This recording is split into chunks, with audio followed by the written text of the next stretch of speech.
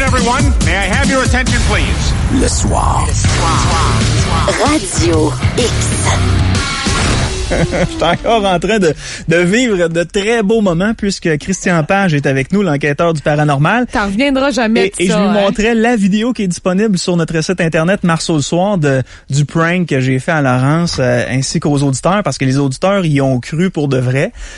Comment ça va, mon cher Christian Page? Ben ça va bien. T'es en forme? Absolument. Content de t'avoir avec nous en studio. Ben, je suis content d'être là, puis je suis content d'avoir vu votre vidéo. En tant qu'analyste, là, oui. Comment décrirais-tu le visage de Laurence lorsque la femme a tenté de s'en prendre à elle? Je dirais que c'était un air déconfit.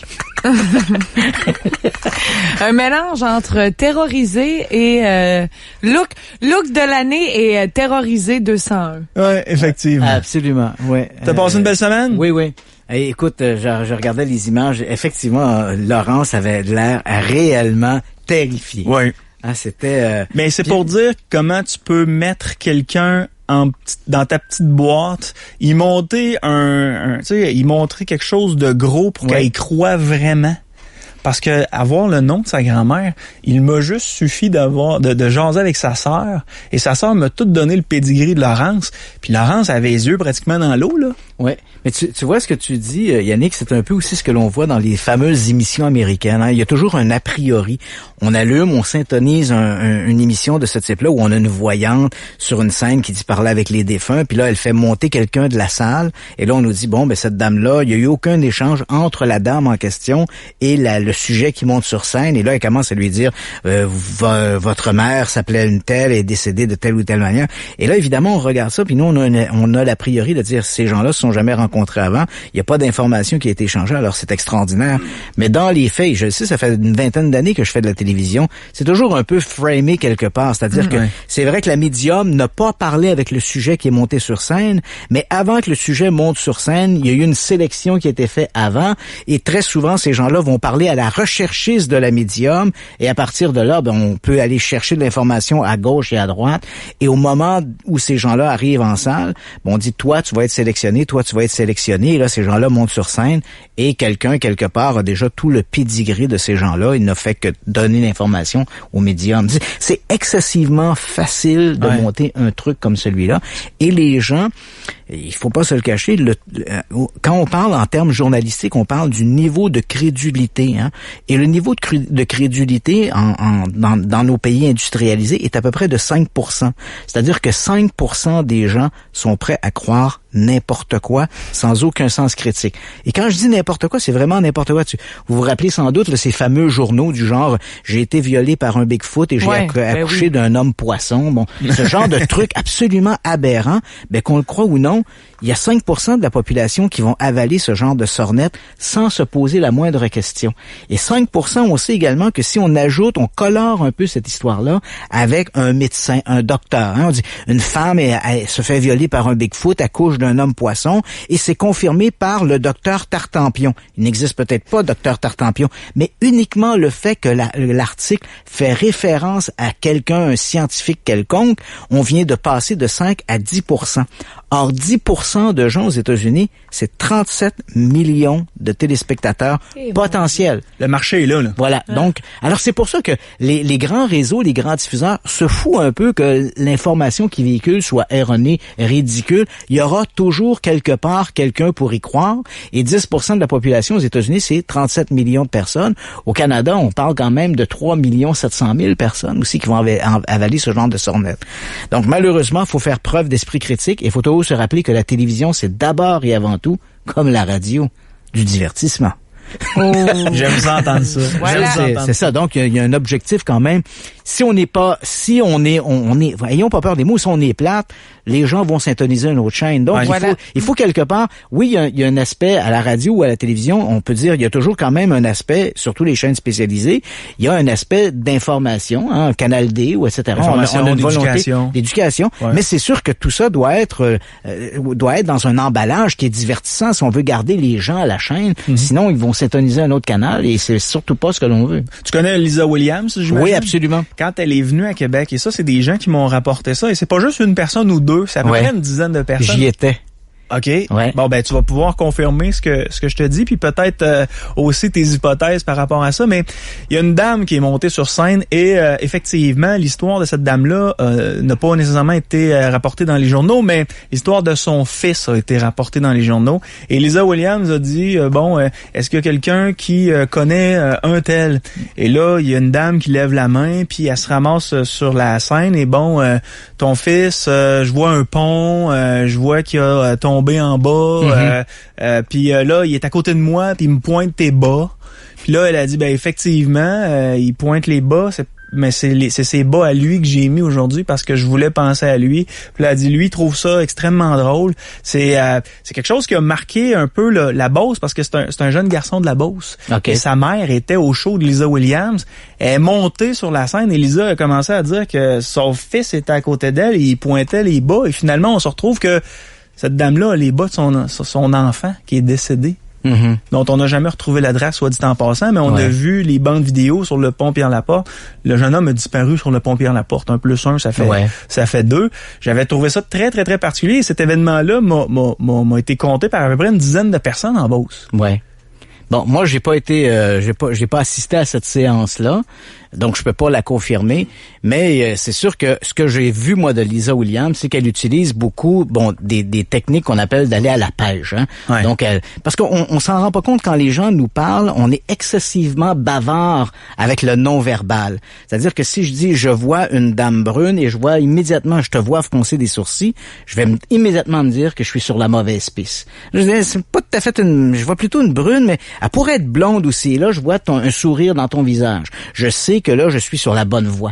Donc, je vais continuer dans cette technique-là. Donc, on parle beaucoup avec le non-verbal. Moi, ce qui m'avait amusé dans le cas de Lisa Williams, c'est les orbs. Les orbs, ce sont ce qui apparaît sur les photographies parfois. Ce sont des sortes de bulles de lumière. Ouais. Et là, les gens disent, ça, ce sont des âmes errantes. Et là, Lisa Williams dit à la soirée où j'étais, elle dit, si des gens veulent prendre des photos des orbs, c'est mieux de prendre les photos au milieu de la soirée parce qu'on va en voir moins au fur et à mesure que la soirée va avancer. Et là, tu dis, c'est quand même un peu amusant. Il doit y avoir un syndicat de fantômes qui dit à 9h30, tout le monde doit être rentré à la maison. Mais dans les faits, les orbs, ce sont des poussières qui apparaissent. En fait, les orbs sont nés en même temps que les appareils photo numériques. C'est un artefact ponctuel qui apparaît sur la photo lorsqu'une poussière, et si vous avez un appareil photo de mauvaise qualité. Or, pourquoi Lisa Williams dit-elle que c'est mieux de prendre des photos en début de soirée? Parce qu'il y a beaucoup plus de mouvement dans la salle en début de soirée. Les gens se lèvent, s'assoient, donc dégagent de la poussière, et Lisa Williams le sait. Donc, c'est pour ça qu'elle invite les gens à prendre des photos en début de soirée, parce que tu as bien plus de chances de photographier des particules de poussière en suspension dans l'air qu'au milieu de la soirée. Donc là, on sent immédiatement, dès qu'on fait preuve d'esprit critique, on dit, là, elle est en train de rouler les gens dans la farine avec son histoire de orbe. Et ça, je trouve ça très malheureux de tirer profit comme ça de la croyance et de la naïveté des gens. Puis souvent, ce sont des gens qui sont un peu, quelque part, vulnérables, parce que lorsque les gens vont en salle, en fait, puis on va en parler un peu ce soir parce que c'est un peu il y a les communications avec l'au-delà, mais on est tellement vulnérable, on voudrait tellement pouvoir garder un contact avec les chers disparus que bien souvent on est prêt à passer sur des petits détails qui pourtant en d'autres temps éveilleraient en nous le doute.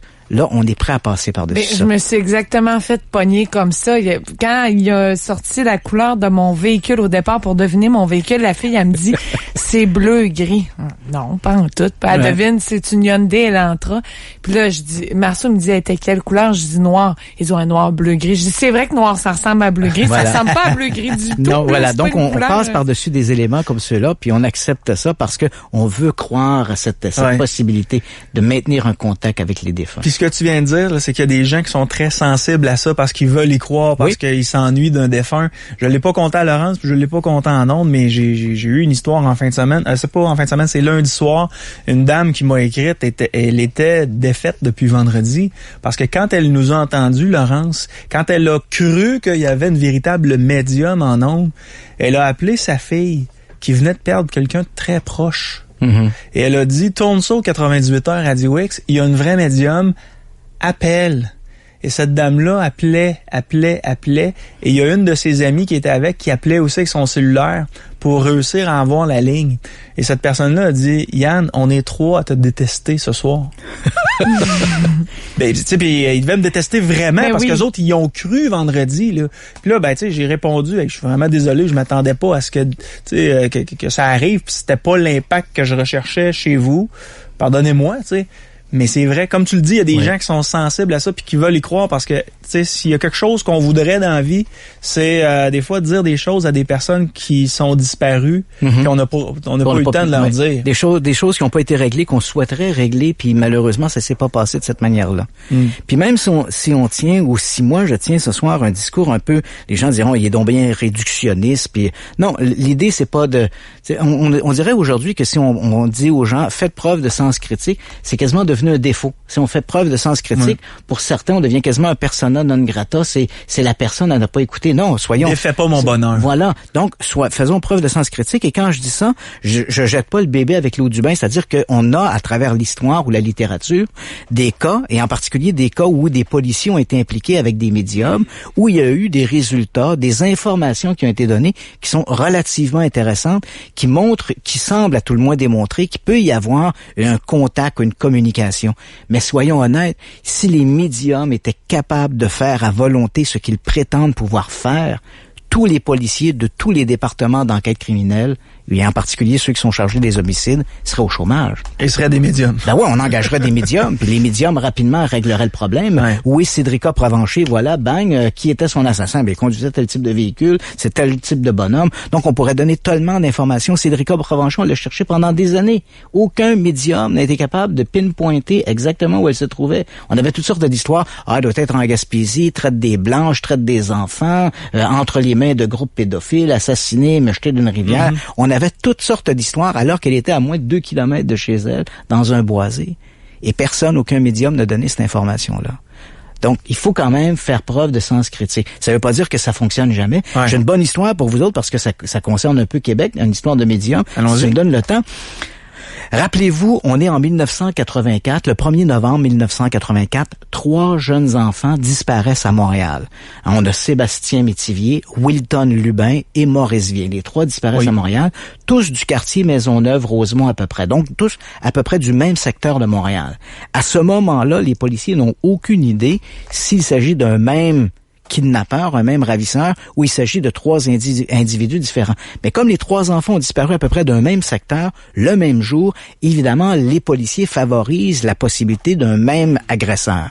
Rapidement, on va trouver le corps de Wilton Lubin dans les eaux du fleuve Saint-Laurent, près des îles de Boucherville. Il a été égorgé, agressé sexuellement. Donc, dans ce cas-là, on sait que l'assassin s'est débarrassé, ou le kidnappeur s'est débarrassé rapidement d'une des victimes.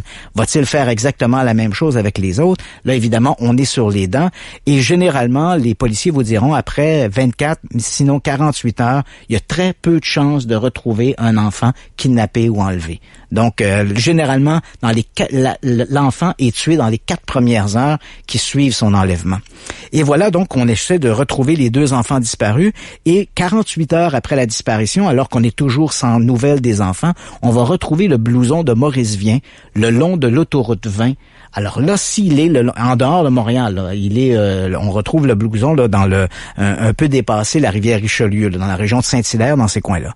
Alors évidemment, ce qui était au départ une enquête de Montréal devient une enquête provinciale. Donc, là, ce n'est plus que les policiers de la communauté urbaine de Montréal, comme on les appelait à l'époque, mais c'est vraiment les policiers de Montréal plus la Sûreté du Québec. Et là, voilà que 2 hypnothérapeutes de Beauport, les frères Gagnon, décident de faire une expérience qui va avoir des conséquences extraordinaires.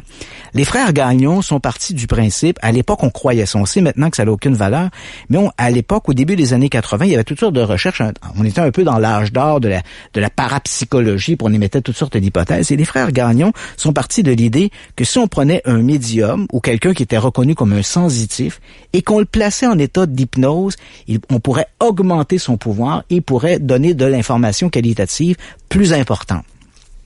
Les frères Gagnon avaient déjà travaillé avec un médium de la région de Saint-Jérôme.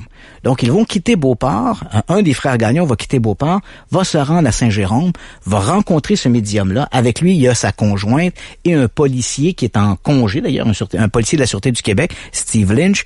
Ils vont donc rencontrer ce médium. Ils vont le placer dans une sorte d'état de relaxation. Et là, le médium, qu'on nous appellerons pour le besoin de la conversation Monsieur X, parce que c'est un type qui a jamais fait de sous avec ça, et il ne veut pas être connu. Donc, il le place dans cet état de relaxation. Et là, on décide de se concentrer sur le jeune Maurice Vien, le plus jeune des enfants disparus. Et là, ce Monsieur X va fournir une série d'informations. Il dit, l'enfant est mort, je le vois dans une cabane abandonnée. Donc, il donne une série de détails. Et là, il va inviter le Gagnon, Steve Lynch et sa conjointe, il va les inviter à prendre leur voiture et de rouler sur l'autoroute 20 jusqu'à la rivière Richelieu. Il dit, lorsque vous serez rendu à la rivière Richelieu, arrêtez-vous, téléphonez-moi et je vais vous dire quelles sont les sensations que j'ai. Donc, le petit groupe de bénévoles fait ça. Arrivé près de la rivière Richelieu, ils s'arrêtent, s'en vont dans un dépanneur, téléphonent à Monsieur X. Et là, Monsieur X dit, vous allez tourner vers le nord, vous allez rouler sur plusieurs kilomètres. Et là, fournit une série de détails géographiques. Vous allez voir une boîte à mal, une maison jaune, il va y avoir une route à votre gauche. Prenez cette route-là, roulez sur quelques kilomètres. Et là, vous allez trouver une cabane à l'orée d'une forêt. Les fenêtres ont été placardées. Et l'enfant, Maurice Vien, se trouve à l'intérieur. Et là, il décrit, il dit, il y a un trou dans le plancher, le corps se trouve étendu sur le ventre, dans ce trou-là du plancher. Il est à moitié dévêtu. Il a été tué avec un bout de planche ou un truc comme ça. Donc, notre petit groupe remonte dans leur voiture, vont rouler sur cette route, vont voir les éléments géographiques proposés par Monsieur X, vont tourner, là, on est à Saint-Antoine sur le Richelieu, ils vont tourner sur une route qui se trouve en région, là, une route rurale. Et là, à un moment donné, ils vont voir la forêt, une cabane, les fenêtres placardées, qui correspond exactement à la description de Monsieur X. Ils vont s'arrêter, se rendre jusque-là, vont défoncer la porte, entrer à l'intérieur et, malheureusement, le corps de Maurice Vien se trouve dans le trou, exactement comme l'a décrit Monsieur X. Oh. Alors là, évidemment, Gagnon et Lynch vont téléphoner à la Sûreté du Québec. Les policiers vont se rendre sur place et évidemment, on comprend, ils avaient tout le Québec à chercher. Ouais. Ils se sont rendus exactement à cet endroit-là. Donc, ils ont arrêté Monsieur X. T'as tout compris. Exactement. Donc, quand les policiers arrivent sur place, les policiers, la première réflexion, c'est pourquoi être venu ici? Et là, Gagnon et Lynch répondent, parce que c'est un médium qui nous a dit de venir ici. Alors, non seulement tous ces gens-là, et même Steve Lynch, je l'ai mentionné, un policier de la Sûreté du Québec en congé, Steve Lynch ainsi que Gagnon vont être amenés au poste de la Sûreté du Québec à Montréal, seront interrogés sur leur rôle dans cette histoire-là et un mandat, c'est pas un mandat d'arrêt, mais un mandat d'interrogation, si je peux dire, est lancé contre Monsieur X. Et lui, ce Monsieur X à Saint-Jérôme, lorsqu'il écoute les nouvelles du soir à 18h, il comprend que c'est lui maintenant qui est dans le collimateur des autorités policières et avec son avocat, il va lui-même se rendre le lendemain à la Sûreté du Québec où il sera interrogé. Et moi, je vais intervenir quelque part dans le dossier parce qu'à l'époque, c'était un policier, c'était Saint-Germain, André Saint-Germain, je crois, ou Marc Saint-Germain qui était le directeur de la police de Montréal. Et lui va demander à des gens qui s'intéressent à la parapsychologie, moi et notamment Louis Bélanger, qu'est-ce que c'est que cette histoire de médium? Est-ce que ça tient la route? Est-ce qu'on a des cas semblables? Et je me rappelle que Louis Bélanger va rédiger une sorte de mémoire qu'il va remettre à Saint-Germain, expliquant des cas aux États-Unis où des médiums ont été impliqués dans des investigations comme celle-là et avaient apporté une information qualitative. Éventuellement, Gagnon, Lynch et Monsieur X seront tous libérés, exonérés évidemment de quelque implication que ce soit dans le crime. Mais ce cas-là est un cas exceptionnel. Faut bien le comprendre. C'est sur la foi d'informations fournies par un médium que ces gens-là ont retrouvé le corps de Maurice Vien. Et ce médium-là, est-ce qu'il est encore en vie aujourd'hui? Oui, il est encore en vie aujourd'hui et il n'a jamais fait d'apparition publique. Il n'a jamais fait de sous avec ça. Donc, et il faut le comprendre, il a été aussi un peu traumatisé par cette expérience. Éventuellement, les policiers, là, les gens diront, oui, mais qu'est-ce qui nous prouve que ce monsieur X n'était pas quelque part lié au crime? Sachez que quelques années après, les policiers ont arrêté un pédophile. Je sais que tu les aimes pas beaucoup et je pense qu'aucun d'entre nous n'a beaucoup de sentiments pour ces gens-là. À part les avocats de la défense. Voilà, qui trouvent toujours un bon moyen d'atténuer la responsabilité. Mais bref, on a arrêté un pédophile qui a été condamné pour des crimes qu'il avait commis autres que celui de Maurice Vien, on s'entend bien. Et éventuellement, ce type-là est mort en cellule. Et il a été assassiné par des co-détenus. Et les policiers, même s'ils n'avaient pas entre les mains assez d'informations pour l'accuser ouvertement du meurtre de Maurice Vien, ils avaient toutes les raisons de croire que c'était l'homme qu'ils recherchaient. Et cet homme-là, tu l'auras compris, n'avait absolument ni de près ni de loin, n'avait aucun lien avec Monsieur X, tout ça. Donc, quand je parle des médiums, même si parfois j'ai un discours qui est excessivement sceptique ou critique, je jette pas le bébé avec l'eau du bain. Il y a des cas, comme celui de Maurice Vien, par exemple, pour lequel je n'ai absolument aucune explication. Et je dois bien admettre que le médium a fait preuve d'un talent ou d'un hasard exceptionnel. Puis est-ce que ce médium-là était sous hypnose par les frères Gagnon? Oui, les frères Gagnon, un des frères Gagnon, Yvan Gagnon, l'avait placé dans un état de relaxation très, très profond. Ben, Monsieur X, est-ce que c'est le fait qu'il était dans cet état de relaxation qui a favorisé l'information? Difficile à dire. Mais on sait aujourd'hui, si on met ça de côté, c'est vrai que dans le domaine de la parapsychologie, on sait maintenant que l'hypnose n'a aucun effet sur les gens qui disent ou non être sensitifs ou avoir quelque pouvoir que ce soit. Mais dans ce cas-là, faut pas se le cacher. Yvan Gagnon, Steve Lynch ont obtenu des résultats exceptionnels qui ont permis de retrouver le corps de Maurice Vien. Et n'eût été de l'implication dans le dossier de ce monsieur X, ben peut-être on n'aurait jamais retrouvé Maurice Vien.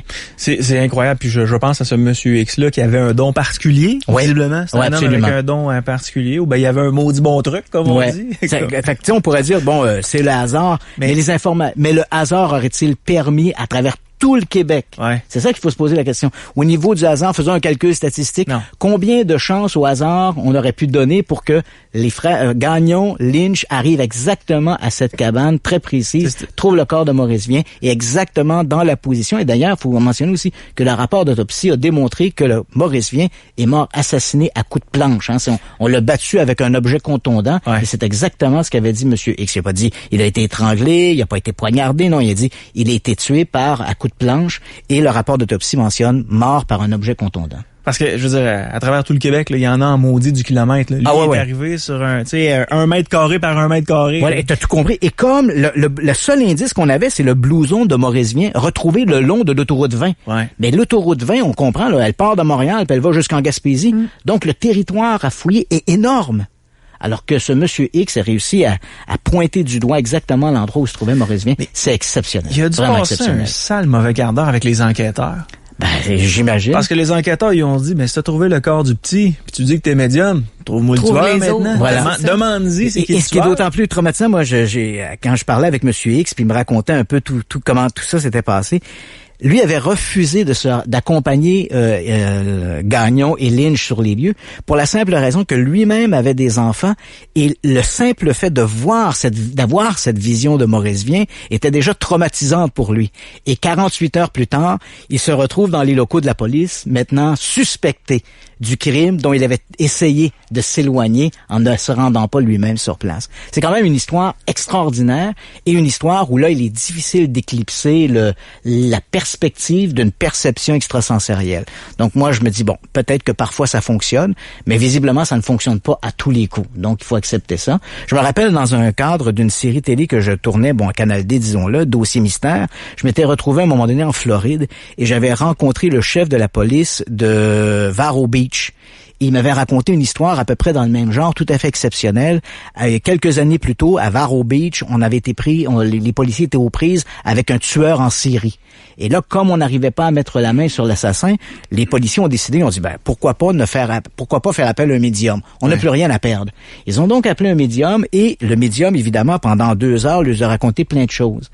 Ce que le policier me racontait, dit, le policier, je me rappelle encore, c'était monsieur Redstone, l'agent Redstone, il me racontait, il dit, on a pris tout ce que le médium a dit et on a de cette information, de ce que le médium disait, on a tiré 16 points qui étaient très significatif. Tu sais, parce que c'est le gars roule dans un véhicule qui a 4 roues. Ben, il y a bien des chances que la plupart des véhicules aient 4 roues. Donc, voilà. Donc, il a dit plein de choses, mais il y avait 16 éléments qui étaient excessivement précis. Là. C'était pas du hasard. Il a dit, par exemple, les 3 premières lettres de sa plaque numérologique, c'est DSJ. Donc, il y avait des éléments comme ça très, très précis. Il dit, et éventuellement, non pas sur la foi du médium, mais sur la foi d'une bonne enquête policière comme on en connaît, on a réussi à mettre le grappin sur notre tueur en série.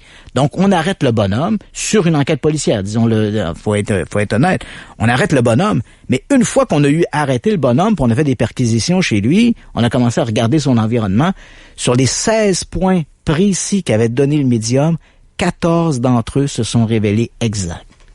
Et ça, pour l'agent Redstone, des années après, quand il me racontait cette histoire-là, il était encore, comme on dit, là, sur le derrière. Ça l'avait comme complètement transformé. Tu me parlais de Dossier Mystère, puis tu m'as dit Canal D, mais moi, je me souviens de Dossier Mystère à TQS. À TQS. J'écoutais ça, Laurence, là, comme si c'était... c'est un bon chrétien qui va à l'église. Ben, c'est amusant.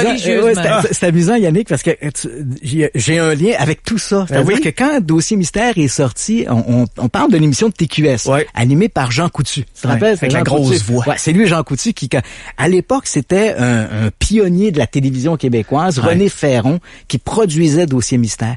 Et ça a été mon premier emploi quand je suis sorti de l'université. René Ferron a été le premier qui m'a donné ma chance, comme on dit. Il me dit, parce que faut se rappeler ce qu'il faisait. Il achetait la série américaine Unsolved Mysteries. Il enlevait un volet américain et le remplaçait par un volet québécois. Fait que les volets québécois, on a eu le cœur du frère André qui avait été volé à l'Oratoire Saint-Joseph, l'auberge hantée du Jolivant au lac Brome, l'OVNI de Sainte-Marie de Mont-Noir. Donc, on ajoutait des dossiers mystérieux. Et moi, j'étais chargé de la recherche des dossiers mystérieux de Dossier Mystère à TQS. T'as-tu gardé tout ça? Ah oui, je les ai tous. Et quelques années après, lorsque Canal D a manifesté un intérêt de refaire la série Dossier Mystère, ben là, j'ai rencontré René Ferron. Et René Ferron me dit, écoute, Christian, si tu veux, vas-y. Il nous avait même fourni quelques images d'archives qui n'avaient pas été utilisées. Il dit, je te donne le droit de réutiliser le titre. Et voilà, c'est comme ça que Dossier Mystère est passé en quelques années de TQS à Canal D. Et tout ça grâce à cet avenant de René Ferron et le rôle que j'ai joué dans les deux séries. Ça fait 2 fois, je te le dis, mais attends, il va falloir que tu lègues tout ça. Ouais. Ça va être le musée Christian Herpage. Effectivement, j'ai une quantité d'informations qui est hallucinante, des archives étonnantes. Ouais. Moi, je passerais des jours et des jours dans ce musée-là. À te promener, puis à regarder. Parce que il y a vraiment des trucs hallucinants. Ouais. Dossier Mystère, je me souviens, je veux pas te vieillir, Christian, mais j'avais une petite télé là, de 14 pouces, noir et blanc. Ben là, écoute, je pognais le 2. Là, nous autres, c'était sur le 2 à Québec. Ouais, OK. Puis là, c'est le Dossier Mystère qui commençait avec la grosse voix de Jean Coutu. C'était impressionnant. Ah oui. Et ça l'a marqué une génération de téléspectateurs. Moi, il y a pas une semaine, par exemple, qui s'écoule sans que quelqu'un me parle des Dossiers Mystères de Jean Coutu. Tu sais, ah oui, j'écoutais ça m'a marqué, ce truc-là.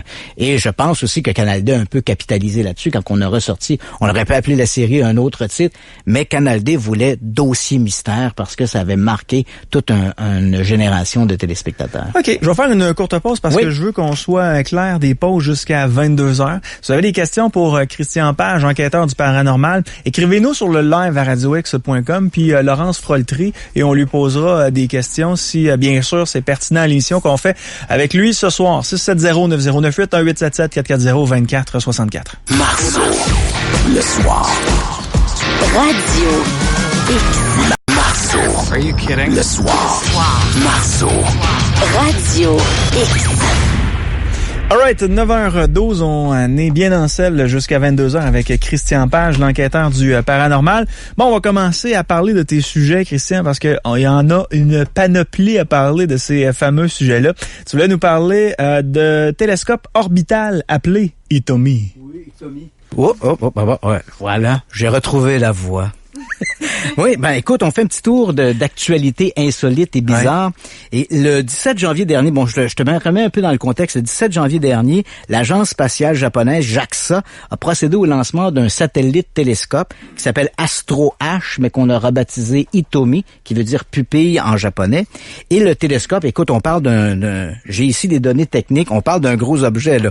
2,7 tonnes, longueur 14 mètres. Ouais. Et on disait, les Japonais, lorsqu'ils l'ont mis en orbite, disaient que c'était un des jalons importants pour comprendre l'univers et on voulait également étudier les trous noirs avec ça. Malheureusement, 1 mois après sa mise en orbite, quelque chose s'est passé. Hitomi a perdu son orbite, il s'est placé sur une orbite beaucoup plus basse. Il s'est mis à tourner, à faire une vrille. En fait, tous les 23 secondes à peu près, il fait un tour complet sur lui-même. Et les Japonais n'ont pas réussi pour l'instant à reprendre le contrôle d'Hitomi. Et quand on parle d'un objet, écoute, c'est un truc qui a coûté 500 millions de dollars. La perte est un peu importante. Alors, les Japonais tentent de reprendre le contact avec Hitomi. De leur côté, les Américains qui suivent suivent en orbite, ils ont un moyen de détecter, là, de suivre à l'orbite des objets. En fait, tous les objets, les débris qui circulent dans l'espace sont cartographiés. Et là, ce que l'on a constaté, c'est que Hitomi, sur son orbite basse, se déplace avec 5 plus petits objets autour de lui. Ce qui semble indiquer donc que Hitomi aurait été frappé par un débris spatial qui aurait endommagé le télescope. Et les débris qui tournent, ce sont des débris qui sont rejetés par l'appareil. Ou plus vraisemblablement, Hitomi a été victime d'un problème interne. Donc, une pile, par exemple, aurait explosé et ce qui aurait amené Hitomi à cette fameuse vrille tous les 23 secondes. Et là, il se déplace comme ça, apparemment perdu. Alors là, tu vas me dire, mais tout ça, il n'y a pas rien de très étrange. Des télescopes, on en perd. Mais voilà, les Japonais ont réussi à 2 ou 3 reprises à obtenir une communication avec Hitomi, de courte communication, en espérant pouvoir le remettre dans son état, en tout cas lui faire retrouver son orbite. Jusqu'à maintenant, les Japonais n'ont pas réussi, mais ils ont révélé que durant ces très courtes communications, ils avaient obtenu des informations télémétriques transmises par Hitomi qui étaient tout à fait exceptionnelles, et l'un des techniciens japonais a même utilisé le mot transformationnel. Là, écoute, tu dis transformationnel, on est quasiment dans le domaine de l'ésotérisme. A-t-il vu Dieu ou communiqué avec Dieu? En tout cas, les Japonais n'ont pas donné d'autres détails sur la teneur de ces communications.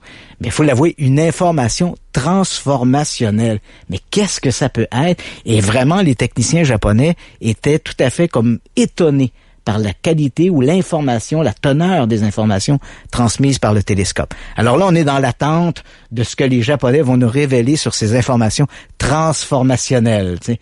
Mais bon, voilà une information qui est quand même plutôt étonnante venant d'une communication tout à fait officielle avec les services japonais de la... Mais par le passé, quand t'es venu en studio, c'était une de tes chroniques qu'on faisait à distance. Tu nous avais parlé du nombre d'objets qui ne servent absolument à rien et qui sont en transit autour de la Terre. Ça va être une problématique qu'on va avoir dans les prochaines années. Mais en fait, c'est déjà une problématique.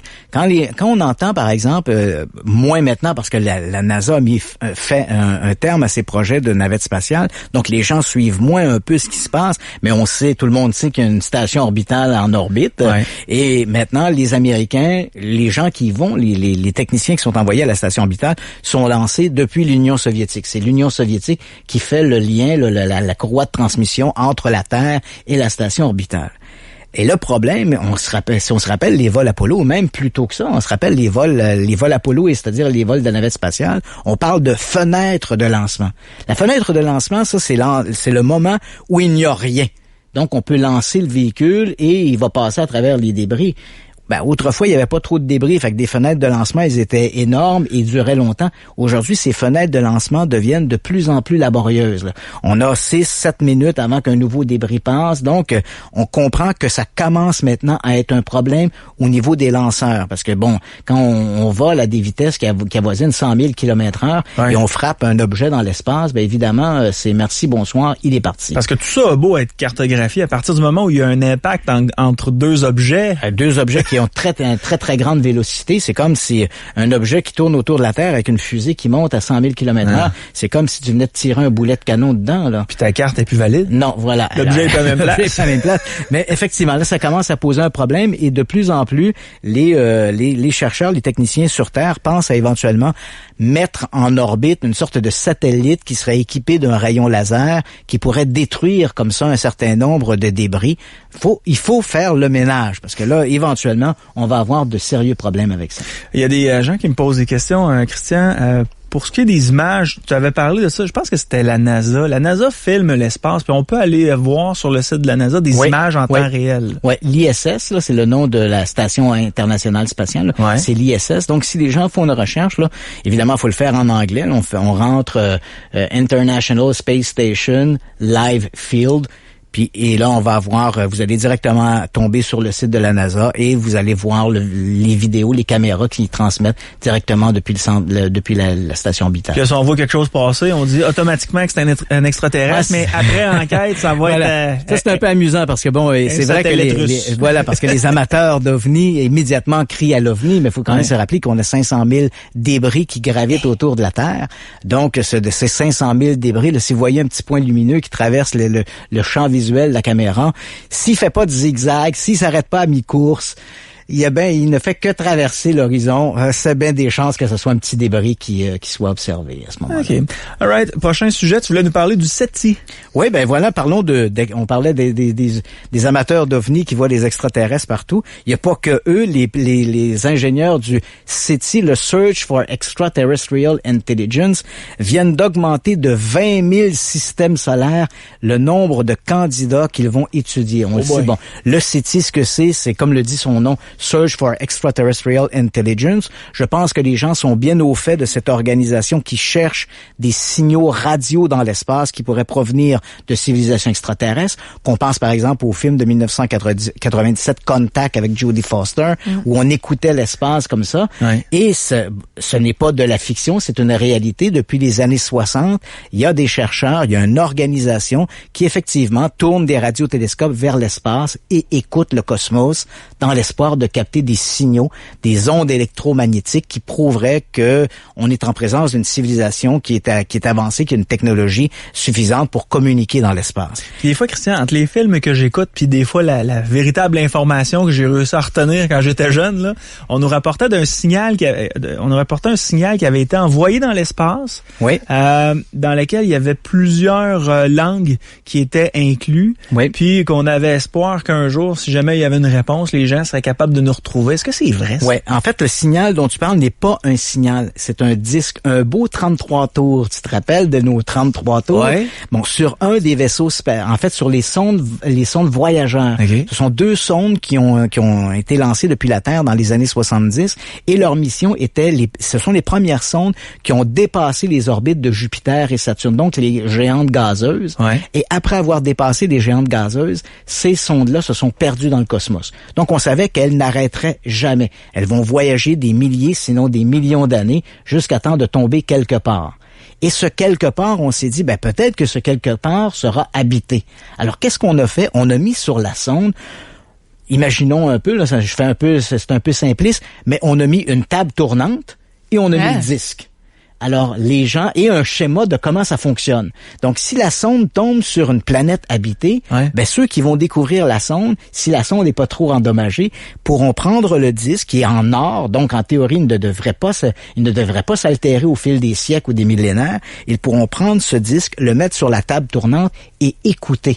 The Sound of Earth, le son de la Terre. Donc, on a des messages de bienvenue qui sont dits dans à peu près toutes les langues de la Terre. On a des sons qui vont des cris de baleine à de la musique. On a Johnny B. Good par Chuck Berry qui est enregistré sur le disque. On a toutes sortes de trucs comme ça qui vont peut-être faire découvrir à ces gens d'une autre planète que la sonde vient d'un monde civilisé et des sons qu'ils pourraient entendre ici. Mais quelle belle idée. Ouais, donc on s'est dit, et c'est une initiative, c'est le fun parce que c'est une initiative du très regretté Carl Sagan, qui était l'un des plus grands vulgarisateurs du 20e siècle sur le cosmos, qui a fait d'ailleurs la série Cosmos, qui a marqué toute une génération dans les années 80. C'est Sagan qui avait dit, écoutez, si la sonde a à se perdre dans le cosmos, pourquoi ne pas mettre ce disque dessus pour laisser un message, éventuellement, de civilisation extraterrestre. Donc ça, c'est le disque. C'est vrai qu'en 1974 aussi, depuis le radiotélescope d'Arecibo dans l'île de Porto Rico, on a nous aussi envoyé un message dans l'espace. Mais là, c'était un message d'une seule langue, c'est un message électromagnétique. Donc, ce sont des codes 0, 1, 0, 0, bon, on voit un peu l'idée. Et ces codes-là disent à peu près, nous sommes la 3e planète à partir d'un soleil. Ce soleil-là se trouve à tel endroit dans la galaxie. Et voici à peu près comment on est fait. On a 2 bras, 2 jambes, une tête. Donc des informations excessivement, je dirais, basiques de base, mais déjà, si une civilisation dans l'espace nous écoute, éventuellement, elle capte ce message, elle aura quelques informations sur notre civilisation. Il faut se rappeler que les ondes électromagnétiques voyagent à 300 000 km/s. C'est très vite. Mais à l'échelle de l'espace, c'est à pas de tortue. Donc, ce message-là, aujourd'hui, on l'a lancé en 1974. Donc, aujourd'hui, on est 35 ans plus tard. Et 35 ans plus tard, le message est encore pas très éloigné. Donc, on a peut-être frappé une vingtaine de systèmes solaires, mais pas beaucoup. mais ce message-là ne s'arrêtera jamais. Donc, dans des milliers d'années, il pourrait être capté par d'autres civilisations. Parce que il est là aussi un peu le problème. Hein? Si on se dit, on a nos radiotélescopes, on écoute l'espace, c'est ce que SETI fait. Mais si SETI capte un signal, il dit, on a capté un signal électromagnétique d'une planète qui gravite autour d'une étoile qui est située à 500 années-lumière de la Terre. 500 années-lumière de la Terre, ça veut dire que le message qu'on a capté est parti il y a 500 ans. Donc, la civilisation qui a envoyé ce signal-là, existe-t-elle encore? S'est-elle autodétruite?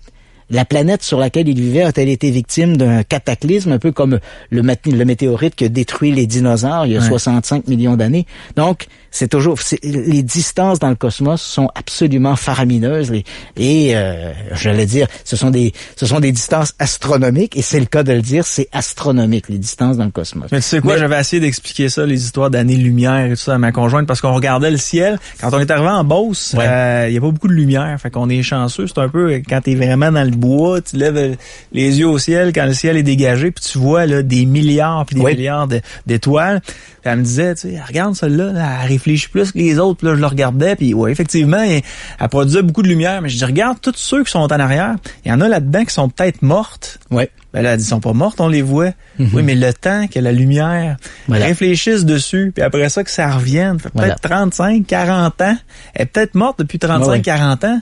Puis on observe maintenant, il y a eu une véritable révolution dans le domaine de l'astronomie avec la mise en place des satellites, des télescopes orbitaux, et on observe des étoiles qui sont à des milliers d'années-lumière de la Terre. Là, c'est plus 500 ans. Là, c'est des dizaines, des centaines de milliers d'années-lumière de la Terre. Là, le fait que cette étoile-là, on la voit maintenant, elle est peut-être disparue depuis des milliers d'années, elle n'existe plus peut-être depuis des milliers d'années. Donc c'est tout à fait extraordinaire et ça donne le vertige un peu quand on regarde ça. C'est tellement vaste, le cosmos, c'est tellement d'étoiles, c'est absolument extraordinaire, c'est cette vision-là. Donc, nos chercheurs de SETI, tu vois, on en revient un peu à ça, ils ont rajouté 20 000 étoiles à rechercher parce que on a dit, j'ai mentionné il y a quelques secondes, il y a eu une révolution dans le domaine de l'astronomie et en voici une. Tu sais qu'il y a 20 ou 30 ans, les astronomes disaient on va écouter les étoiles qui ressemblent à notre soleil. Donc un type de soleil jaune de telle grosseur et qui est stable, donc qui va permettre d'avoir des civilisations qui vont se développer de type intelligente et également une étoile qui pouvait correspondre au développement d'une vie organique comme la nôtre, carbone, oxygène, tout ça. Mais on a eu une telle révolution dans le domaine de l'astronomie qu'on constate qu'il y a des étoiles qu'on n'avait pas retenu leur candidature, et c'est le cas, par exemple, des naines rouges. Les scientifiques, il y a 25 ou 30 ans, disaient « Ah, les étoiles, les naines rouges, ce sont des étoiles en fin de vie, et ces étoiles-là sont trop instables pour avoir des planètes avec des formes de vie. » Mais voilà qu'on a, avec les télescopes orbitaux, on a comme un peu rechangé la donne. On s'est dit « Ah, finalement, les naines rouges, ce sont des étoiles qui seraient suffisamment stables pour avoir des planètes et assez longtemps pour permettre à ces planètes de développer des formes de vie intelligentes. Qui plus est, si les naines rouges, ce sont des étoiles en fin de vie. » Donc, on a regardé et là on a constaté qu'il y avait à notre portée, si je peux dire, il y avait 20 000 naines rouges. Fait qu'on s'est dit on va les réinclure sur notre liste, puis on va tourner nos télescopes vers ces étoiles-là. Donc, la recherche devrait commencer prochainement. On va utiliser un champ d'antennes paraboliques qui se trouve dans le désert de la Californie, qu'on a vu d'ailleurs dans le film Contact avec Jodie Foster. Et ces télescopes-là pourront analyser très rapidement, étudier 3 étoiles à la fois en quelques secondes. Donc, il faut espérer que d'ici quelques années, on aura passé au travers de la liste de nos candidats. Mais c'est vrai que chaque année, de nouveaux candidats se rajoutent. Mais jusqu'à maintenant, malheureusement, on n'a jamais capté un seul signal qui laissait présager qu'on était en présence des extraterrestres.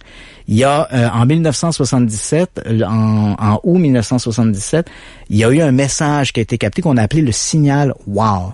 Donc, pourquoi WOW? Parce que durant la nuit, évidemment, tout ça était informatisé. On peut se rappeler, les imprimantes à matrice, là, tu te rappelles, on avait une imprimante comme celle-là.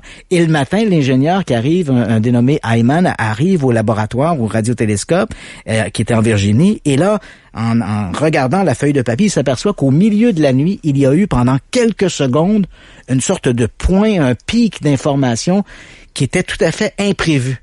Et quand Ayman a vu ça, il a écrit dans la marge de la feuille de papier WOW, point d'exclamation, wow.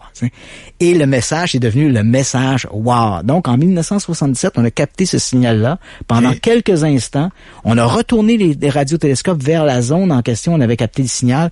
On n'a jamais réussi à le recapter une seconde fois. Mais c'est vrai que la signature, l'enveloppe du message, semblait démontrer quelque chose d'artificiel. Et encore aujourd'hui, on s'interroge. Est-ce que ça aurait pu être une transmission parasitaire d'un satellite, tout ce qu'il y a de terrestre, mais qui aurait comme réfléchi sur la Lune pour être recapté à nouveau par le radiotélescope? On l'ignore. Mais c'est vrai que ce message-là, le message « wow », était exceptionnel et on n'a jamais réussi complètement à expliquer sa provenance. Alors, Capoté. Hein? wow. Capoté, ben raide. Ben, je trouve ça super intéressant. Mais est-ce qu'on peut avoir accès à ces bandes? Y a-t-il une bande audio qui a été enregistrée dans ce temps-là? Non, en fait, c'est pas une bande audio, c'est simplement un crépitement électromagnétique. Essayons d'imaginer, par exemple, t'écoutes un bruit, un white noise, un bruit blanc, là, et soudainement, t'entends une sorte de modulation dans ton bruit blanc.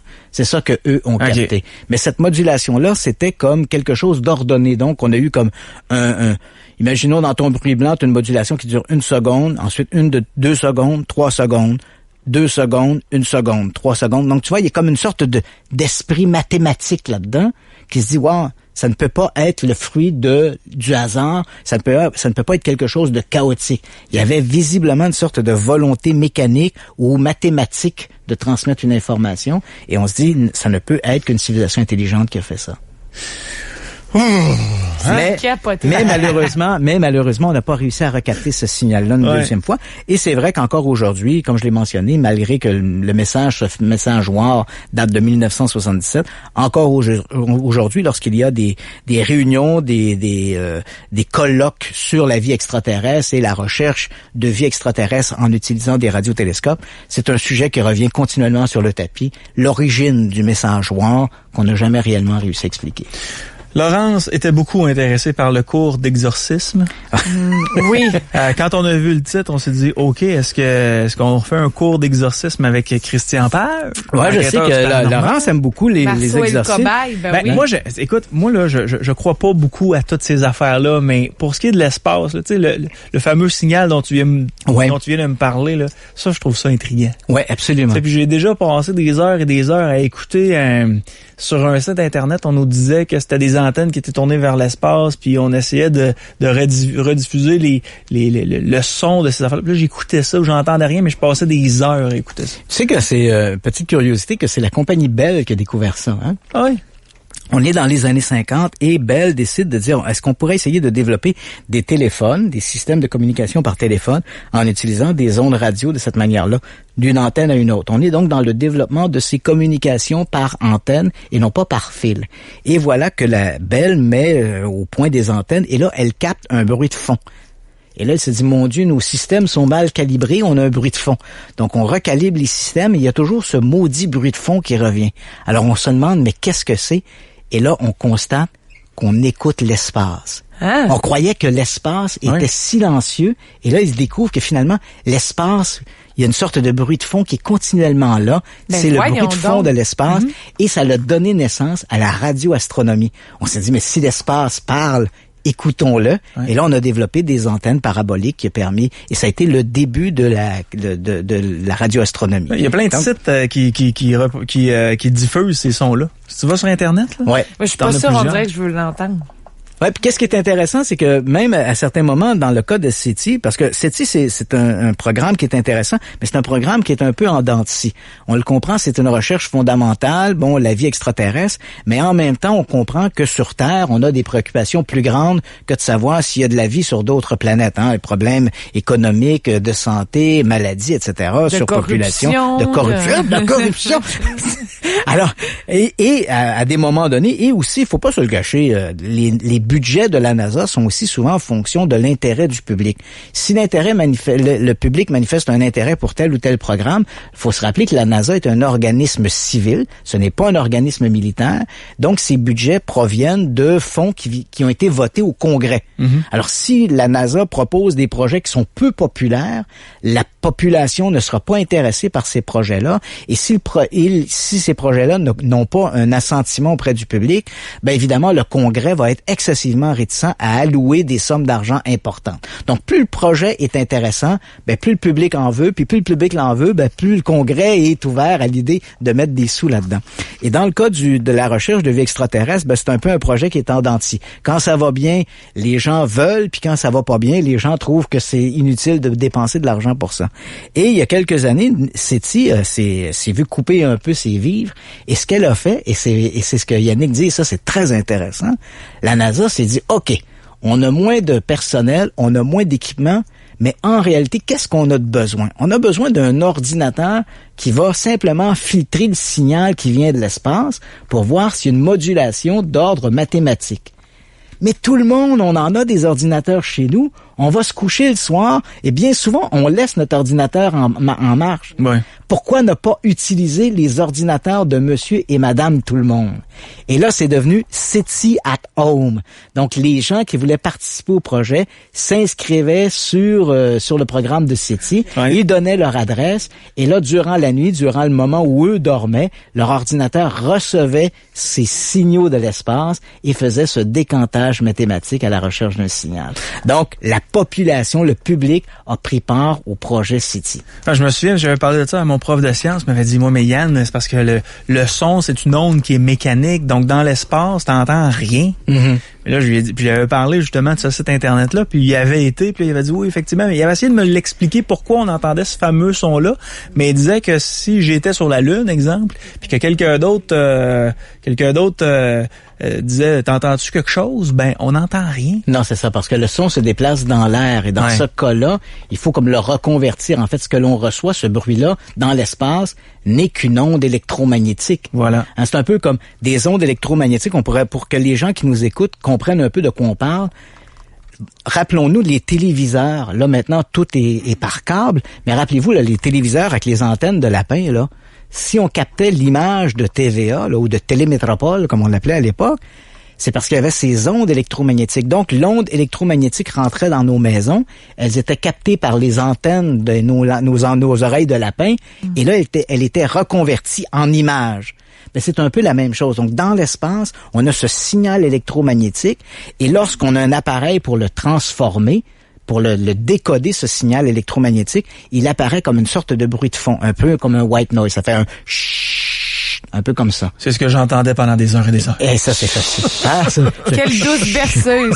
Et dans ce chut, parfois, il y a des modulations qui interviennent. Et ça peut... Et c'est assez amusant parce que dans les années 60 aussi, on a capté un signal comme celui-là qui paraissait être mécanique. Ça a fait des découvertes quand même intéressantes.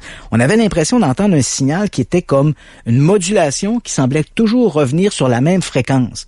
Là, on s'est dit, tiens, un peu comme un phare qui tourne et le jet de lumière qui nous éclaire. Ouais. Et là, on s'est dit, tiens, c'est curieux ce signal-là. Alors, pendant un temps, on a pensé que ça pouvait être un signal extraterrestre et on a découvert finalement que c'était un pulsar, donc un type d'étoile qui est en train de mourir et qui tourne sur elle-même et qui émet à chaque fois une pulsation électromagnétique dans l'espace et on captait ce signal électromagnétique de ces pulsars. C'est capoté. Ah, l'astronomie est un univers absolument fascinant. Effectivement. Donc, des cours d'exorcisme. Ben oui, si on décide de se recycler éventuellement après la radio, on pourra le faire via le centre d'expression. Ou pendant la radio. Oui, pourquoi pas?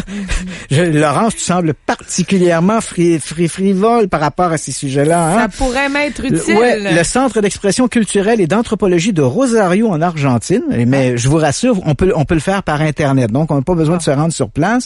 Donc, vient de donner le coup d'envoi à son nouveau programme d'enseignement. Il s'agit d'une formation pour devenir exorciste.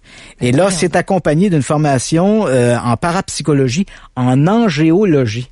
Oui, on étudie les anges, leur rôle dans tout le panthéon des anges. L'archange Gabriel, Michel et les autres. Et également, on parle aussi des démons. Donc, qui sont les démons, Bélial et autres. Et là, tout ça va servir de canevas à cette formation d'exorcisme. Et c'est donné, en fait, l'idée de ce projet-là est une initiative de l'évêque luthérien Manuel Acuba, qui en Argentine est connu. Acuna, oui, pardon. Et qui en Argentine est connu pour avoir été l'exorciste est le conseiller spirituel de toutes les grandes vedettes de la télévision et de la radio. Donc, c'est une petite célébrité locale. Il vient de lancer ce cours-là. Ça se donne pour 70 $ canadiens du cours. Donc, on peut suivre ça sur Internet. Il faut bien sûr être d'expression espagnole. Et ça va permettre aux gens de devenir consultants en exorcisme. Ça dure combien de temps, ce cours-là? Là, pour l'instant, on nous dit que c'est une durée de 3 ans au rythme d'un cours par semaine. Donc, 52 cours par année. On fait le calcul. 150 cours, 156 cours. Et 156. Tu deviens... Voilà. Et le père, le monsieur Acuna, l'évêque Acuna, dit qu'à l'issue de ce cours-là, tous les gens seront en mesure non seulement de déterminer si oui ou non vous êtes possédé par le démon, mais pourront également déterminer si votre lieu de résidence ou si des objets dans votre lieu de résidence sont hantés ou possédés par des esprits maléfiques. Et ils auront toute la formation nécessaire pour vous en débarrasser. Tu me fais penser à quelque chose, toi. Oui, vas-y. Il y a de ça 2 semaines, je pense que c'était suite à une de tes chroniques. On devait avoir parlé justement de possession ou quelque chose du genre. Et il y a une dame qui m'a écrit pour me dire que pour se faire purifier sa maison, ça a coûté 250$. Ouais. Ça a l'air que ça a tout changé. Ah ben là. Écoute, ça n'a coûté que 250$. Tu sais, satisfaction garantie ou argent remis, c'est ça. C'est une entreprise qui fait ça? Ben, effectivement, on peut toujours se questionner, mais il y a des groupes de chasseurs de fantômes au Québec. Ouais. En fait, ils sont maintenant près de 200. Ils étaient à peu près inexistants il y a 20 ans, mais l'avènement d'émissions de télévision comme les chasseurs de fantômes, ça a donné l'envie de gens de se lancer dans ce commerce-là. Donc, ils sont allés sur Internet, se sont achetés des pièces d'équipement, de la quincaillerie, et voilà, ils se sont lancés dans la chasse aux fantômes. Et certains de ces groupes, effectivement, ont au sein de leur équipe des médiums, et ils proposent de faire des visites chez les gens qui croient être aux prises avec des esprits maléfiques ou des esprits malveillants, et proposent pour quelques dollars de faire des séances de libération, des séances de purification. Pas de facture. Ben non, pas de facture, autour de la table. Hey, j'ai calculé ça, tu m'as dit 156 formations au coût de 70$ canadiens. Ben, Laurence, ça te coûterait 11 000$ à peu près. Je te dirais 10 920$ précisément, mais pour 10 000$, c'est ton cours de pilotage privé pour l'aviation. Bon, j'hésite. Qui te permettrait, avec un avion, de te rendre directement en Argentine pour rencontrer le père Acuna en personne. Voilà, et de t'envoyer en l'air. Ouh. Dans tous les sens du terme. Christian comprend plus rien. Faisons le calcul. Donc, des cours d'exorcisme. Ouais, donc ça, c'était pour nos cours d'exorcisme. Yes. Fait que, bon, avis aux intéressés, 70$ par cours. Comme tu l'as mentionné, pour un modique 11 000$, nous pourrons, comme ça, se lancer dans l'exorcisme. La purification des lieux. Pas de TPS, pas de TVQ. Non, c'est en dessous de la table. On parle maintenant des Vikings. Ah, ça, c'est une histoire fort intéressante parce que ça nous touche d'une certaine façon. La semaine dernière, il y a une archéologue, Sarah Packek, qui est à l'université de l'Alabama à Birmingham, qui a annoncé qu'elle avait trouvé potentiellement un 2e site de présence viking au Canada, en fait, dans le sud de Terre-Neuve. Oh. Et ça, ce qui est intéressant, c'est parce que il y a toute une sorte de dynamique autour de ça. On sait qu'il y a un premier site, on connaît, L'Anse aux Meadows, qui est situé dans le nord de Terre-Neuve et que l'on sait avoir été un site d'une colonie viking aux alentours de l'an 1000. Et ce que les historiens disaient à ce propos-là, ils disaient, les Vikings sont probablement venus, du nord de l'Europe, probablement par le Groenland, tout ça. Ils sont arrivés finalement à Terre-Neuve, se sont installés une courte période de temps. La colonie de L'Anse aux Meadows, c'est pas quelque chose qui a duré là pendant 20 ans ou 30 ans. Là. Ça a été quelques mois, peut-être 2 ans au maximum. Et ensuite, les Vikings sont retournés chez eux. Évidemment, c'est loin de faire l'unanimité parce que à travers l'Amérique du Nord, on a trouvé des vestiges qui laisse supposer que les Vikings se seraient enfoncés plus profondément dans les terres. À Sherbrooke, par exemple, les gens qui nous écoutent vont se rappeler cette histoire dans les années 40-50. On avait trouvé des pierres sur lesquelles il y avait des sortes d'inscriptions. Et ces pierres-là, on peut les voir encore aujourd'hui au séminaire de Sherbrooke. On les appelle les pierres aux inscriptions. Et elles semblent contenir des informations en ogam, qui est une sorte d'écriture celtique. Mais pour les historiens, c'est comme invraisemblable, puisque les Vikings n'ont jamais dépassé L'Anse aux Meadows. On a trouvé dans la région en Ontario, dans la région de Thunder Bay, on a trouvé une épée viking. Alors on s'est dit, une épée viking, ça n'a pas de bon sens. Les Vikings sont jamais été si loin que ça dans les terres, donc il faut que ce soit un canular. Et on a, à travers l'Amérique du Nord, toutes sortes de vestiges. Et là, aux États-Unis, il y a plein de trucs aussi comme ça qu'on a trouvé, des pierres marquées, des morceaux de métaux. Et on s'est dit, ça semble être viking, mais ça ne peut pas être viking. C'est ce que les historiens disaient. Mais là, voilà que cet archéologue vient de trouver un deuxième site au sud de Terre-Neuve qui semble indiquer que les Vikings auraient été beaucoup plus loin qu'on le croyait. Donc, ils ne se sont pas arrêtés seulement au nord de Terre-Neuve. Ils auraient eu une autre colonie dans le sud de Terre-Neuve et pourquoi pas avoir descendu le Saint-Laurent et avoir laissé tout le long de leur expédition des vestiges qu'on retrouve par-ci, par-là et qui sembleraient indiquer que effectivement les Vikings ont été beaucoup plus loin dans leur exploration de l'Amérique du Nord que simplement le nord de Terre-Neuve. Très cher Christophe doit pas être content, là. Non. Et ça, c'est assez amusant parce que pour les historiens, quand ces réhistoriens parlaient des Vikings, les historiens officiels disaient, parce qu'on remettait en question effectivement l'Amérique découverte par Colomb. Je me rappelle même, il y a tout un débat, il y a des cartes également. Il y a une carte, par exemple, qu'on appelle la carte de Vinland. Et cette carte est une carte qui remonte aux alentours de l'an 1000 et on voit une partie de la Nouvelle-Écosse, on voit une partie du fleuve Saint-Laurent sur cette carte. Et là, donc, cette carte circulait dans les milieux vikings aux alentours de l'an 1000. Les historiens ne veulent tellement pas accepter ça qu'ils ont dit, cette carte-là est truquée. Et on a fait analyser le papier date de l'an 1000. Ah non, c'est pas grave, c'est une fraude pareille. L'encre date de l'an 1000. Ah, c'est une fraude pareille. Donc, on voit qu'il y a une résistance à accepter ça. Et pourtant, cette carte-là montre bien une partie de l'Amérique du Nord. Et là, où ça change la donne, c'est que les gens disent, ben là, si on avait une carte, si les Vikings se sont aventurés davantage en Amérique du Nord, ils devaient être conscients qu'ils étaient sur un nouveau continent, donc ça devrait être à eux qu'on attribue la découverte de l'Amérique. Alors que les historiens disent non, parce que les Vikings n'étaient pas conscients qu'ils étaient vraiment sur un nouveau continent, alors que Colomb, lui, était conscient qu'il était sur un nouveau continent. Mais ça, c'est très incertain, parce que les Vikings, si les Vikings ont été plus loin dans les terres qu'on le croit, ben ça montrerait qu'ils savaient qu'on était sur un nouveau continent. Alors là, effectivement, il faudrait sérieusement se questionner qui est le véritable découvreur de l'Amérique, Colomb ou les autres. Juste entre moi et toi, là. Oui. T'aimerais-tu avoir été un descendant des Vikings ou d'un colon? Non, effectivement. Mais c'est vrai que c'est un débat qui dans le domaine de l'archéologie fait rage depuis très longtemps. Ces vestiges que l'on retrouve un peu partout. Si les gens nous écoutent, à un moment donné, vous savez, la chance, juste de l'autre côté de la frontière américaine, lorsque l'on se dirige au New Hampshire, il y a un endroit qui s'appelle Mystery Hill ou America Stonehenge, qui est un ensemble de constructions de pierres qui en fait, on connaît ce lieu-là depuis maintenant 200 ans. Il a été découvert il y a 200 ans. Et qui continue de faire rage aujourd'hui. Est-ce que ces constructions-là, qui ressemblent étrangement à des tumulus qu'on retrouve en Europe, mais qui ne ressemblent à rien de ce qui s'est fait en Amérique, alors là, évidemment, on se dit, est-ce que ce sont des gens venus d'Europe qui ont dessiné ça, qui ont construit ça? Et si c'est le cas, ben là, évidemment, il faut se questionner sur cette présence viking, ou est-ce que c'est quelque chose qui aurait été fait plus récemment par des gens, mais en catimini, qu'on n'aurait pas entendu parler? Et comme c'est difficile de dater de la pierre, parce que ça ne se date pas, on ne peut que, en termes d'archéologie, on ne peut que documenter de manière historique les lieux, l'environnement. Un bout de bois qu'on a trouvé entre deux planches, ben si le bout de bois date de 500 ans, il est fort probable que les deux roches, celle d'au-dessus et celle d'en dessous, ont été assemblées il y a 500 ans. Donc on voit un peu le concept, mais malgré ça, ça continue de faire rage et cette découverte ne fait que mettre de l'huile sur le feu des gens qui questionnent la découverte de l'Amérique. OK. Au New Hampshire, ça s'appelle Mystery Hill? Mystery Hill ou America Stonehenge.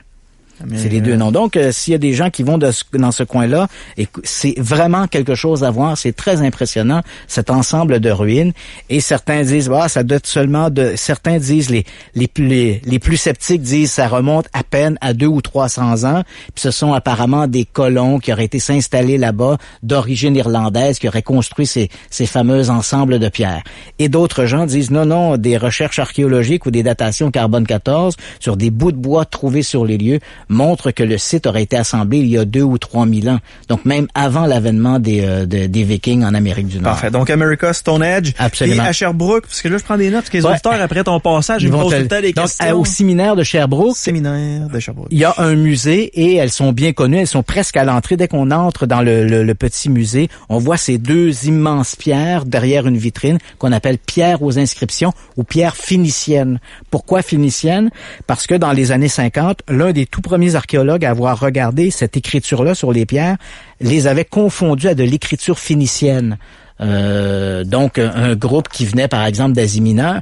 Et à ce moment-là, ben évidemment, les pierres ont gardé ce nom de pierre phénicienne, mais on sait maintenant que ce n'est pas de cette écriture-là qu'on pense, pas de l'écriture cunéiforme. C'est vraiment une écriture qui est plus proche de l'ogam, donc cette écriture avec lesquelles on a fait les runes, par exemple. Donc une écriture qui était propre des groupes celtiques qui peuplaient l'Amérique, l'Europe du Nord aux alentours de l'an 1000. OK. Je pense que là, Laurence, dans le prochain segment, on va avoir peur, mais inquiète-toi pas, Laurence, je vais juste te dire quelque chose.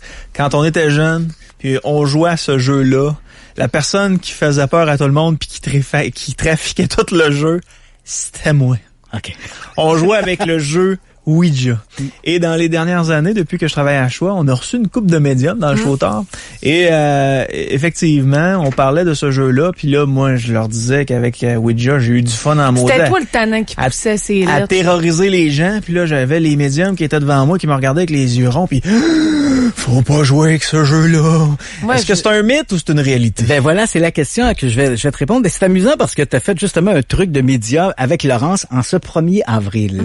Et c'est amusant parce que la communication spirit, parce que j'ai essayé de choisir qu'on est en avril, c'est le début du mois d'avril, la semaine dernière c'était le 1er avril, donc le poisson d'avril.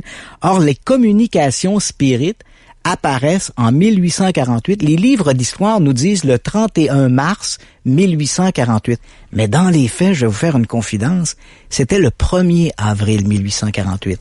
Mais évidemment, si on dit aux gens, les communications spirites sont nées le 1er avril, ben déjà au départ, ça fait pas très sérieux. Donc, les gens qui ont rapporté l'information ont préféré choisir la veille, donc le 31 mars, mais dans les faits, c'était le 1er avril. On est donc ce 1er avril 1848. On est à Hydesville. Cherchez pas ça sur une carte, ça n'existe plus. C'était un petit village qui se trouvait dans la région de Rochester, dans l'État de New York. Et il y avait une petite maison qui était occupée par la famille Fox. Donc, le couple, monsieur et madame Fox, et ils avaient 3 filles, mais seulement 2 des filles restaient encore à la maison. La plus vieille était mariée et vivait ailleurs. Et les 2 plus jeunes filles, donc âgées respectivement de 10 et 12 ans, Margaret et Kate, entendaient presque chaque soir des coups frappés dans le mur. Et là, elles avaient baptisé ces coups dans le mur, elles avaient dit c'est Monsieur Splitfoot. Et on y avait donné un nom, Monsieur Splitfoot. Et là, donc, on s'amusait. Les coups comme ça résonnaient dans le mur. Et à un moment donné, une des 2 fillettes dit Monsieur Splitfoot, si vous m'entendez, faites comme moi. Et elle tape 2 fois dans ses mains. Et un même nombre de coups résonnent dans le mur. Splitfoot. Monsieur Splitfoot avait répondu. Donc, pour la première fois dans l'histoire, les fantômes existaient depuis toujours, là. Il y avait des histoires, on a des histoires de fantômes qui datent de l'Antiquité. Mais pour la première fois, quelqu'un semblait avoir établi un contact volontaire avec l'esprit dans le mur. Et là, évidemment, avec un code de 1 coup pour oui, 2 coups pour non, les fillettes ont commencé à discuter avec Monsieur Splitfoot. Et là, Monsieur Splitfoot a annoncé qu'il était un commis voyageur qui aurait été assassiné dans ces lieux quelques années auparavant, avant même la construction de la maison, et que comme il était enterré sous la maison, il n'avait pas eu droit à un enterrement de façon officielle, catholique, en terre sacrée. Ben là, évidemment, il se manifestait d'outre-tombe. Cette histoire-là, ça peut paraître un peu farfelu comme ça, mais cette histoire-là a connu un tel impact que là, rapidement, des gens de tout le comté se rendaient chez les Fox, chez la famille Fox, pour voir ces coups frappés dans le mur. Et là, du jour au lendemain, des gens un peu partout à travers les États-Unis se sont déclarés être médiums et en contact avec l'au-delà. Donc, le spiritisme était né. Et à partir de là, ce mouvement spirit a gagné l'Europe. Et comme on parlait en début de rencontre ce soir, on parlait de cette volonté de garder un contact avec les défunts. On comprend pourquoi le spiritisme a été si populaire.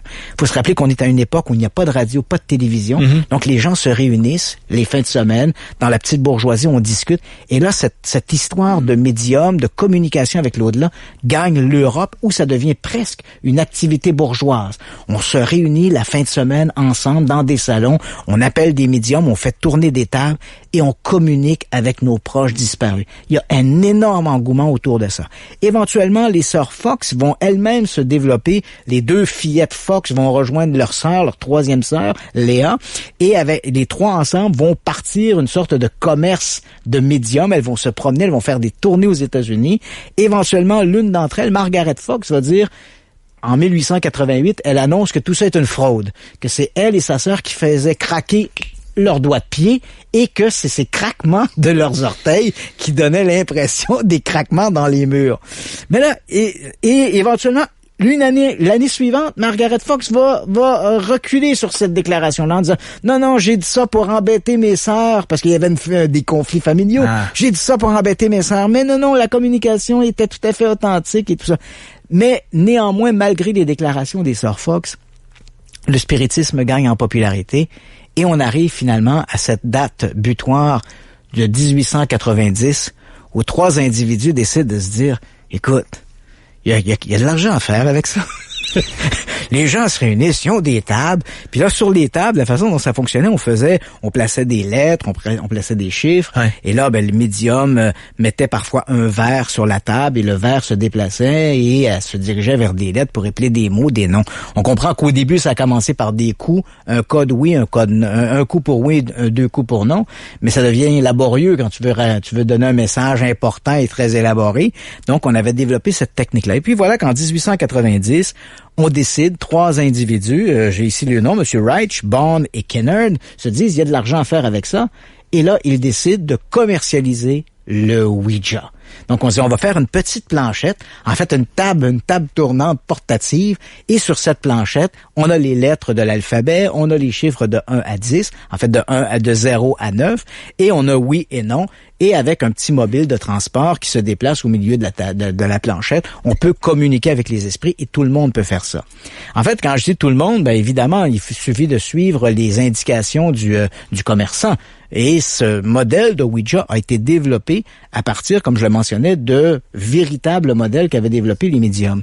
Quand on parlait de médiums, tu sais, ça peut paraître un peu amusant, mais tu sais que la reine Victoria, ça donnait au spiritisme. Ah ouais. Au Canada, ici, on avait William Lyon Mackenzie King, le premier ministre canadien. Mackenzie King était un fanatique de la communication spirit. Ah ouais. Il était tellement obsédé par ça. Écoute, Mackenzie King, il y a nous là, sur la ligne. Oui, c'est ça. Mais Mackenzie King, il était obsédé par tout cet aspect ésotérique et mystique. Hein. Ouais. Il était obsédé, par exemple, par les chiffres. Et je me rappelle, des gens me racontaient en chambre, des gens qui l'avaient côtoyé, Mackenzie King me disaient, à un moment donné, si par exemple, le leader de la chambre se levait et disait à Mackenzie King, la parole est au premier ministre.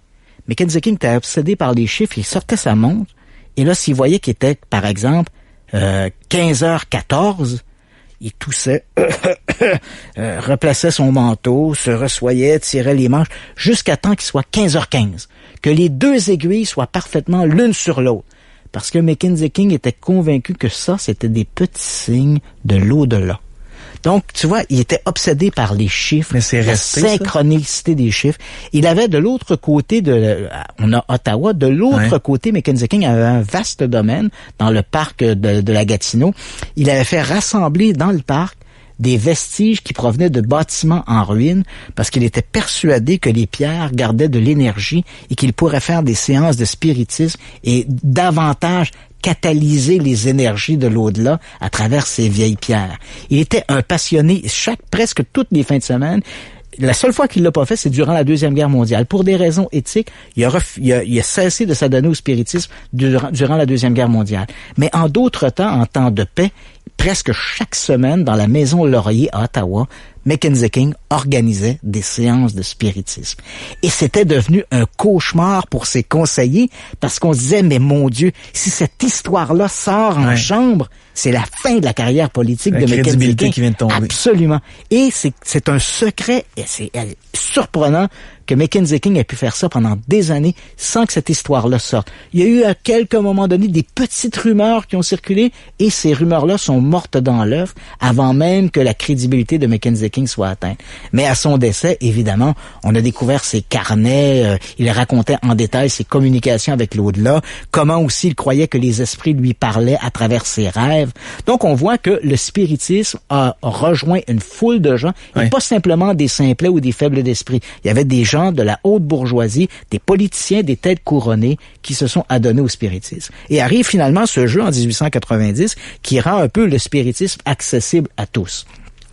Et c'est la compagnie Parker Brothers qui va commercialiser le jeu à la fin du 19e siècle. Mm-hmm. Et c'est encore Parker Brothers aujourd'hui qui a le brevet du fameux Ouija. Ouija qui est composé du mot français oui et du mot oui en allemand qui est ja. Donc c'est un oui-oui. Donc oui en français et oui en allemand qui fait Ouija. Donc c'est l'étymologie du mot.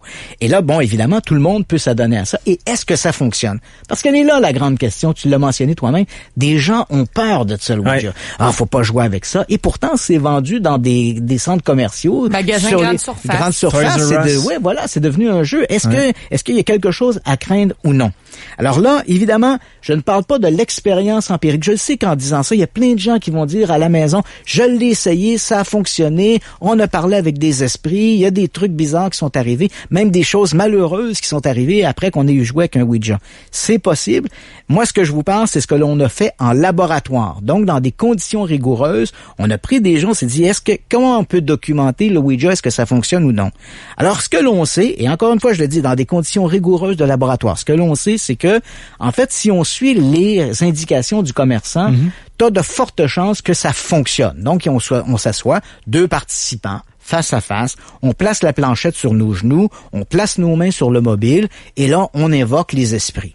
Et t'as de fortes chances qu'après un certain nombre de minutes, le mobile se mette à se déplacer. Ah.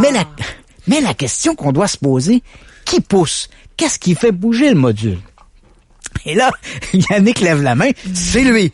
Mais en fait, t'as tout à fait raison, Yannick. Ce que les recherches en laboratoire, je ne parle pas des gens à la maison, parce que je sais, on pourrait être inondé d'appels. Oui, mais moi, c'est pas comme ça que ça se passait. C'est différent. Voilà, chez nous, c'était pas de même, ça se passait. Mais en laboratoire, ce qui se passe, c'est que la position est tellement inconfortable, la façon dont on doit placer les doigts sur le mobile, que les muscles, les muscles des doigts et des bras viennent saturer d'acide lactique.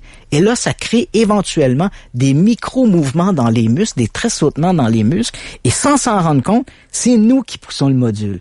Et là, ben évidemment, notre inconscient nous dit que c'est oui, c'est non, les mots qu'on voudrait entendre. Donc, il y a une attente d'une réponse. Et évidemment, les micro-mouvements vont aller dans le sens de l'attente. Donc, dans le cas du Ouija, si on regarde essentiellement les données de laboratoire, quand on a fait ça, ça fonctionne, sauf que c'est nous qui poussons, et nous poussons à cause de micro-mouvements dans les muscles, des sortes de contractions on s'en rend même pas compte. Donc, c'est sûr que si on demande aux participants, c'est toi, Pierre, qui pousse. Non, c'est toi, Monique. Et tous vont dire, non, c'est pas moi qui pousse. En fait, c'est Voilà, j'ai rien touché. J'ai mis mes doigts là et ça bouge.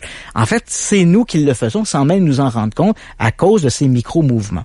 Donc, sur la base de ça, bien sûr, le Ouija nous apparaît simplement comme un jeu qui exploite une